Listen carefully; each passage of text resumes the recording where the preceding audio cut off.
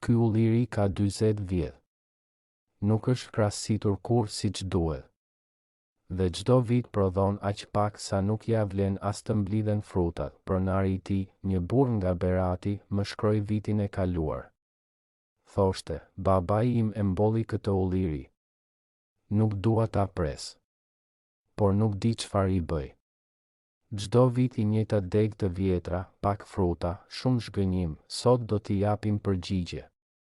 Jo vetëm atij, por të gjithë juve që keni ullin dhe nuk e dini pse nuk japin siç duhet, qëndroni deri në fund sepse krahasitja e rindërtimit, skena e 9, është sekreti që pak njerëz e njohin dhe që mund të shpëtojë edhe ullirin më të vjetër. Para se të fillojmë, nëse nuk jeni abonuar ende, bëjeni tani. Çdo javë sjellim teknika reale si kjo.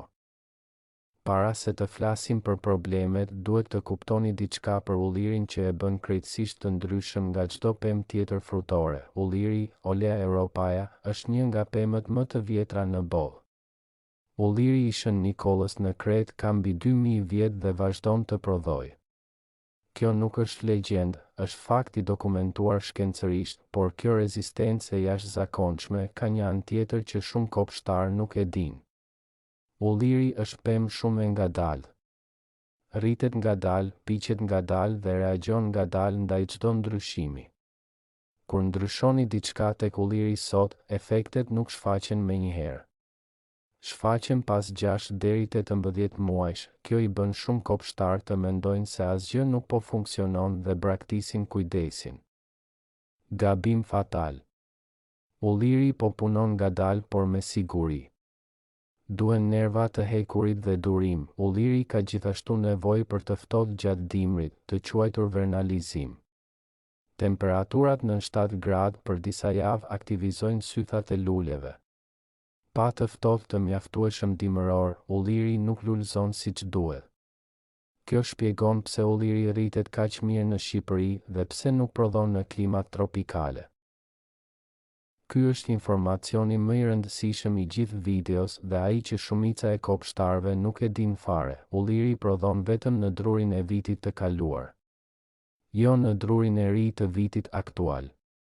Jo në drurin e vjetër mbi 2 vjet. Vetëm në ato degë që u rritën vitin e kaluar dhe kanë gjatësi 15 deri 35 cm. Ky dru prodhues quhet dru i vitit të kaluar ose dru i dytë dhe dallohet nga ngjyra. Ka ngjyrë kafe të qelët dhe lëkurë relativisht të lëmuar. Druri i vjetër mbi 2 vjet ka ngjyrë kafe të errët dhe lëkurë fillimisht të ashpër. Nëse krahasitni gabim dhe hiqni drurin e vitit të kaluar, hiqni korrjen e vitit tjetër. Kaq e thjeshtë dhe kaq e rëndësishme. Ulliri gjithashtu ka tendencë të prodhojë shumë një vit dhe pak tjetrin, një fenomen që quhet alternancë. Viti me prodhim të madh harxhon të gjitha rezervat. Nëse pas atij viti nuk plehosni dhe nuk krahasitni sakt, viti tjetër do të jetë 0, por alternanca nuk është e pashmangshme. Me krahasitje të saktë pas vitit të madh, duke nxitur rritjen e drurit të ri prodhues dhe me plesi pas korrjes, alternanca reduktohet ndjeshëm dhe prodhimi bëhet i qëndrueshëm çdo vit. Tani le të hyjmë saktësisht te pyetja: pse nuk jep fruta ulliri im? Ka 5 arsye kryesore. Shpesh janë të kombinuara. Secila kërkon trajtim të ndryshëm dhe nëse nuk identifikoni shkakun e saktë, do të trajtoni gjën e gabuar. Arsyeja e parë, mosha dhe neglizhimi. Ulliri i vjetër i pakrahasitur ka shumë dru të vjetër sterile dhe pak dru prodhues të vitit të kaluar. Energjia shpërndahet në mijëra degë sterile. Arsyeja e dytë, krahasitja e gabuar. Ose krahasitni shumë fort duke hequr drurin prodhues, ose nuk krahasitni fare duke lënë ullirin të mbushet me dru sterile. Arsyeja e tretë, mungesa e polenizimit kryqëzor. Me vetëm një varietet prodhimi është i ulët. Arsyeja e katërt, mungesa e borimit dhe kaliumit. Tokat shqiptare shpesh janë të varfra në borë dhe kjo redukton formimin e frutave edhe kur polenizimi është i mirë. Arsyeja e pestë, ujitja e gabuar gjatë fazave kritike. Thatësia në qershor dhe gusht shkakton rënjen e frutave edhe kur pema është e shëndetshme. Ulliri polenizohet kryesisht nga era, jo nga bletët. Poleni i lehtë i ullirit udhëton me erën deri 30 kilometra. Por edhe me erë, shumica e varieteve janë vetë sterile ose me vetë polenizim shumë të ullët. Kur keni vetëm një varietet, polenizimi është i pamjaftueshëm dhe frutat nuk formohen mirë. Cilën varietet keni ju? Shkruajeni në komente tani ndërkohë që vazhdojmë. Kalinjot është varieteti më i përhapur në Shqipëri, sidomos në Vlorë dhe Berat. Ideal për vaj me cilësi të lartë. I fortë, rezistent ndaj të ftohtit dhe thatësisë. Fruti i mesëm, lëkura e hollë, Kozan është varieteti tjetër kryesor shqiptar, i përhapur në zonën e Elbasanit dhe Korçës. Frut i madh, ideal edhe për konservim si ulliri i tabelës. Polenizuesi ideal për kalinjot dhe anasjeltas. Nëse keni kalinjot, mbilni Kozan afër dhe anasjeltas. Frantojo është varieteti italian i përhapur edhe në Shqipëri. Prodhon shumë dhe ka cilësi të lartë vaji, por kërkon polenizues të detyrueshëm. Letsino është varieteti italian më i fortë ndaj të ftohtit. Ideal për zonat malore shqiptare mbi 600 metra lartësi. Polenizuesi natyral i Frantojos, Arbequina është varieteti spanjoll kompakt dhe i vogël. Ideal për kopshte të vogla dhe madje edhe vazo të mëdha. Vetë polenizues në mas të mirë, prodhon edhe pa kompanion, rregulla e artë, gjithmonë mbilni të paktën 2 varietete të ndryshme afër njëra tjetrës. Distanca ideale 6 deri 15 metra. Distanca e madhe nuk është problem sepse poleni i ullirit udhëton shumë larg me erën. Nëse po mësoni diçka të re sot, abonohuni tani. Çdo javë sjellim teknika reale si kjo. Krahasitja e ullirit ndahet në 2 lloje.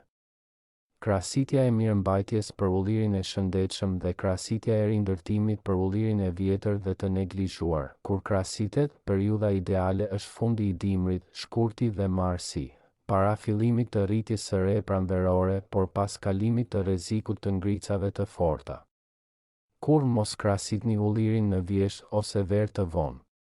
Krahasitja e vjeshtës ekspozon plagët ndaj lagështisë dhe sëmundjeve dimërore. Forma ideale. Pjatë e hapur, ulliri tradicional mesdhetar mbahet me formë pjatë ose goblet e hapur. Qendra e zbrazët. 3 deri 4 degë kryesore që dalin nga trung me kënd 45 deri 60 gradë. Secila degë kryesore mban degë anësore prodhuese. Kjo formë siguron 2 gjëra thelbësore. Drita arrin çdo degë prodhuese. Ajri qarkullon lirisht duke reduktuar sëmundjet kërpudhore. 5 hapat e krahasitjes. Hapi i parë. Hiqni të gjitha degët e thata, sëmura dhe dëmtuara. Këto degë konsumojnë energji pa kontribuar asgjë dhe janë burim i mundshëm sëmundjesh. Hapi i dytë. Hiqni degët që rriten drejt brendis dhe mbyllin qendrën. Çdo degë që e mbyll qendrën e pemës duhet të hiqet pa mëdyshje. Hapi i tretë. Hiqni lastarët vertikal, të quajtur lupat ose çupa. Këto janë lastarët tepër të fuqishëm që rriten drejt lart me kënd në 45 gradë. I kemi parë edhe tek krahasitja e pemëve të tjera frutore. Vjedhin energjin pa prodhuar asgjë. Hapi i katërt. Ralloni degët anësore shumë të dendura. Degët që prekin njëra tjetrën, degët e kryqëzuara, hiqni gjithmonë atë me pozicion më të keq. Hapi i pestë. Shkurtoni majat e degëve kryesore nëse pema ka rritur tepër lart. Ulliri ideal mbahet nën 4 deri 5 metra lartësi, jo vetëm për estetik, por për të lehtësuar korjen. Rregulla e artë. Kur mos hiqni më shumë se 20 deri 25% të biomasës gjelbër në një krahasitje. Krahasitja e tepërt provoka alternancë ekstreme dhe prodhim zero vitin tjetër. Mjetet dhe dezinfektimi. Gërshërat e krahasitjes duhet të jenë të mprehta, prerje e pastër jo e shtypshme. Sharrat e krahasitjes për degë mbi 3 cm. Dezinfektoni gjithmonë midis pemëve me alkool. Mbuloni plagët mbi 4 cm me mastik krahasitjeje. Kjo skenë është veçanërisht e rëndësishme dhe shumë pak njerëz e njohin. Viti pas prodhimit të madh, krahasitja është absolutisht e domosdoshme. Pas një viti me korje të bollshme, Ulliri ka harxhuar pothuajse të gjitha rezervat e tij. Nëse nuk ndërhyni me krahasitje dhe plesi, viti tjetër do të jetë zero ose shumë i ulët. Çfarë bëni pas vitit të madh, pas korjes, para se të nisë dimri? Inspektoni degët. Identifikoni degët e shkurtra sterile, ato që kanë prodhuar shumë dhe janë lodhur. Hiqini gjatë krahasitjes së marsit, nxitni rritjen e degëve të reja prodhuese. Kur krahasitni, lini hapësirë dhe dritë për degët anësore që rriten nga druri i vitit të kaluar. Këto do të jenë druri prodhues i vitit tjetër. Pas krahasitjes, plehosni menjëherë me azot të moderuar. Çaj kompostimi çdo javë për 4 javë pas krahasitjes. Kjo i jep energji ullirit për të prodhuar dru të ri prodhues gjatë pranverës. Me këtë teknik, alternanca reduktohet ndjeshëm dhe ulliri prodhon çdo vit pa ndërprerje. Ky është sekreti kryesor i kësaj videos dhe ai që mund të shpëtoj ullirin e burrit nga berati dhe ullirin e çdo prej jush që ka pemë të vjetra dhe të neglizhuara. Krahasitja e rindërtimit nuk bëhet kurrë në një vit. Kurrë. Nëse provoni të rindërtoni ullirin e vjetër një herësh, ai do të reagojë me prodhim zero për 2 deri 3 vjet dhe do të prodhojë qindra lastar vegetativ të pakontrolluar. Është reagimi i stresit ekstrem, bëhet gradualisht në 3 deri 4 vjet. Pse gradualisht? Ulliri i vjetër ka akumuluar rezerva të mëdha ushqyese në dru të vjetër. Kur hiqni shumë dru një herësh, ajo energji shpërthen në qindra lastar vegetativ të rinj. Duke e bërë gradualisht, ulliri adaptohet me ritëm të qëndrueshëm dhe fillon prodhimin e ri pa kaos. Viti i parë, hiqni 1/3 e drurit të vjetër kryesor. Zgjidhni degët më të vjetra, me ngjyrë kafe të errët dhe lëkurë shumë të ashpër. Lini ato degë që kanë dru të ri anësor prodhues. Hiqni të gjithë lastarët vertikal dhe degët e sëmura. Plehosni pas krahasitjes me azot të moderuar për të nxitur rritjen e re të drejtuar. Çaj kompostimi çdo javë për 4 javë. Mbuloni plagët e mëdha mbi 5 cm menjëherë me mastik ose argjil me hidruri. Viti i dytë, hiqni 1/3 tjetër. Ulliri ka filluar të prodhojë dru të ri prodhues. Drejtojeni rritjen e re drejt formës së dëshiruar. Nëse disa lastar të rinj kanë pozicion të mirë, lidhini me fije drejt këndeve të dëshiruara. Viti i tretë, kryeni fazën e fundit. Hiqni drurin e vjetër të mbetur. Ulliri tani ka strukturë të re produktive me formën e pjatës. Viti i katërt, korja e parë e bollshme pas rindërtimit. Ky është momenti kur burri nga berati do të kuptojë se ja vlen çdo ditë e bërë me durim. Ulliri nuk ka nevojë për plesi intensive si pemët e tjera frutore, por ka nevojë për lëndë specifike në momentin e duhur. Bori është elementi më i neglizhuar dhe ndoshta më i rëndësishëm për ullirin shqiptar. Tokat shqiptare shpesh janë të varfra në bor dhe kjo shpjegon prodhimin e ulët të shumë ullinjve edhe kur kushtet e tjera duken të mira. Bori është i nevojshëm për zhvillimin e polenit dhe formimin e frutit. Pa bor të mjaftueshëm, lulet bien edhe kur polenizimi është i mirë. Zgjidhja e thjeshtë dhe e lirë. Kompost të pjekur mirë nga mbetje të ndryshme organike, gjethe, fruta, mbetje bimore, rreth bazës çdo vjesh pas korjes. Kompostimi i diversifikuar siguron borën natyral organik. 10 cm shtres rreth bazës deri 2 metra nga trungu. Tretësira e hirit çdo 2 javë nga prilli deri në gusht. 2 gota hidruri zhytur 48 orë në 10 litra ujë shiu, filtruar, holluar 1:2. Kaliumi i hirit forcon lidhjen e frutit me degën dhe ndihmon akumulimin e vajit brenda kokrës. Rrobull kafeje rreth bazës çdo 3 javë gjatë sezonit aktiv. Azot organik dhe acidifikim i lehtë, çaj kompostimi çdo muaj. Gjallëri biologjike e tokës, kur mos plehosni me azot të lartë gjatë verës. Kjo nxit gjethe dhe dru të ri, por jo fruta dhe redukton ndjeshëm cilësinë dhe sasinë e vajit. Ulliri i rritur nuk ka nevojë për ujitje të shpesh. por ka dy periudha absolutisht kritike dhe nëse i neglizhoni, humbni korrjen. Periudha e parë kritike, qershori, kur frutat sapo janë formuar, madhësia e bizeles deri e çajit. Kjo është periudha kur ulliri merr vendimin biologjik se sa fruta do të mbajë deri në korrje. Nëse toka është e thatë gjatë kësaj periudhe, ulliri hedh shumicën e frutave të vegjël për të kursyer burime. Ujitja e thellë çdo 7 deri 10 ditë gjatë qershorit redukton ndjeshëm rënien e frutave. Nuk duhet ujitje e shpesh, vetëm e thellë dhe e rregull. Periudha e dytë kritike, gushti dhe shtatori, kur frutat po mbushen me vaj. Ujitja e rregullt gjatë kësaj periudhe rrit sasinë e vajit dhe madhësinë e kokrës. Ujitja e pamjaftueshme gjatë gushtit shkakton kokra të vogla me pak vaj dhe korrje të dobët edhe nëse ka shumë fruta. Gjatë dimrit dhe pranverës ulliri i rritur shpesh nuk ka nevojë për ujitje nëse rreshjet janë normale mbi 500 mm vjetore. Mulçimi 10 deri 15 cm kash ose copla druri rreth bazës redukton nevojën e ujitjes me 30 deri 40% gjatë verës dhe stabilizon temperaturën e rrënjëve. Miza e ullirit Bactrocera oleae është dëmtuesi kryesor i ullirit në mbar botën mesdhetare dhe në Shqipëri. Femra e vogël e vendos vezët brenda kokrës dhe larva ha frutin nga brenda. Humbjet mund të jenë 30 deri 80% të korrjes. Kokrat e prekura bien para kohe ose prishen pa ardhur në korrje. Kurthet e feromone. Varni 2 deri 3 kurthe për pemë nga qershori kur frutat fillojnë të formojnë. Monitoroni popullsinë çdo javë. Ndërroni kartelat çdo 4 deri 6 javë. Argjila kaoline, pluhur i bardhë natyral aplikuar mbi frutat kur arrin madhësinë e bizeles. Krijon barierë fizike që pengon mizën të vendos vezët. Ripërtërihet pas çdo shiu. Kjo është mënyra më efektive natyrale kundër mizës, syri i ullirit, Spilocea oleagina, njolla të verdha ose kafe mbi gjethe nga lagështia dhe ventilimi i dobët. Tretësira e bakrit aplikuar në vjesht pas korrjes dhe pranverë para lulëzimit.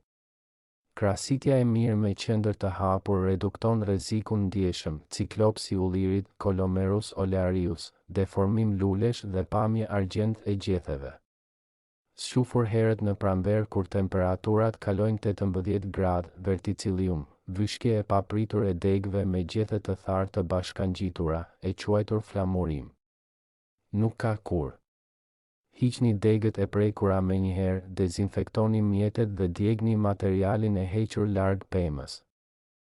Koha e korrjes ndikon drejt për drejt cilësinë e vajit të ullirit dhe shumë njerëz nuk e dinë këtë. Nëse dëshironi vaj me cilësi maksimale, aciditet minimal dhe shije intensive frutore. Korni kur 20 deri 30% e kokrave kanë filluar të kalojnë nga i gjelbra në vjollës. Sasia e vajit është pak më e vogël, por cilësia është e jashtëzakonshme. Vaji i korrjes së hershme ka polifenole të larta dhe antioksidantë superior. Nëse dëshironi rendiment maksimal vaji, korni kur 60 deri 80% e kokrave janë vjollës.